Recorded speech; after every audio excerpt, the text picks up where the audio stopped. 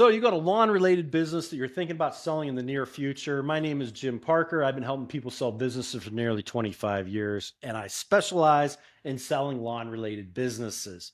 Well, recently I did a video and we talked about something, and I wanted to go a little bit more in depth with a different video, and that has to do with client diversification.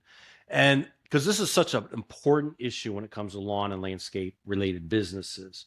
So think in terms of, and I see this from time to time. Somebody calls me up and they're looking to sell their business, and they've got one client that makes up a huge percentage of their overall revenue. So think in terms of that one client that makes up 50% of the revenue. That really scares buyers a lot because they look at it and they go, "Yeah, I acquire this business." And then I lose that one client for some reason. I now lost 50% of my revenue. So you can understand how scary that can be for a buyer. And it could also be a couple buyers that make up a large percentage. They could look at it and go, there's three clients that make up a total of 50% of the revenue. That's going to scare them as well. So you want to keep that in mind as you're looking to sell your business down the road, that you try to reduce your client concentration as much as you can. Now, I'm not saying go out there and fire your biggest client because they make up a large part of your revenue. That would not make sense. But I'm just saying, as you grow your business, make sure that you try to grow your business in a way where you're not growing it with just one client, but you're spreading out and you're bringing on a bunch of different clients. So what is a good number to have, like a rule of thumb? Well, every buyer has their own threshold of what they feel comfortable with. I'm going to tell you a good number, real good rule of thumb for you to feel good about, and most buyers can buy off on this, is make sure that your biggest client makes up less than 10% of your total revenue on an annual basis. And again, some buyers might be okay with 15%. Very few buyers are good with 20%, but that 10% is a good number. Again, I'm not telling you to go out and fire your biggest client. Just as you grow, try to do it that way. But you should be looking at it for yourself anyways. Like, for the same reason why that makes buyers nervous, it should make you nervous as a business owner, having one client or a couple clients that make up a huge percentage of your overall revenue. Because, and I've had friends in the lawn business where they had one client that made up a huge percentage, and they were like, "Well, I've got such a great relationship with them, and da da da da da.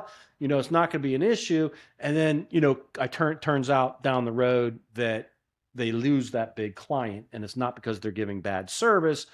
Sometimes managers change positions, and that person you have a good relationship, but for some reason moves on. Somebody else comes into that position, they put it out for bid, or they've got a relationship with somebody else and they bring them in. So it's for your best interest, for you and your family and your employees, that you keep that client concentration as minimal as you possibly can. So that's just a huge thing. Now, I'm not saying necessarily that if you do have a client that makes up 25% of your overall revenue, that you're not going to be able to sell your business.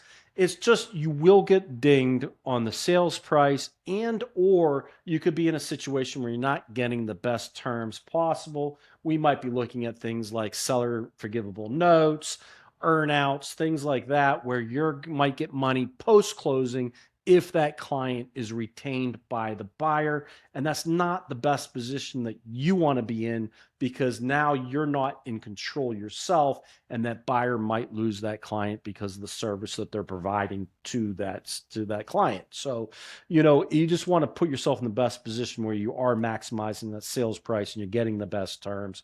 So that's all really on the diversification. Just really concentrate on that. If you've got a couple clients that make a huge percentage, somehow as you grow, try to get that reduced. Well, if you have any questions at all, you want to reach out and talk to me, our conversations will be confidential. When you are ready to sell, whether you use my services or services of another business intermediary, make sure you get somebody that's extremely knowledgeable, really knows their industry, and specializes in the lawn and landscape sector.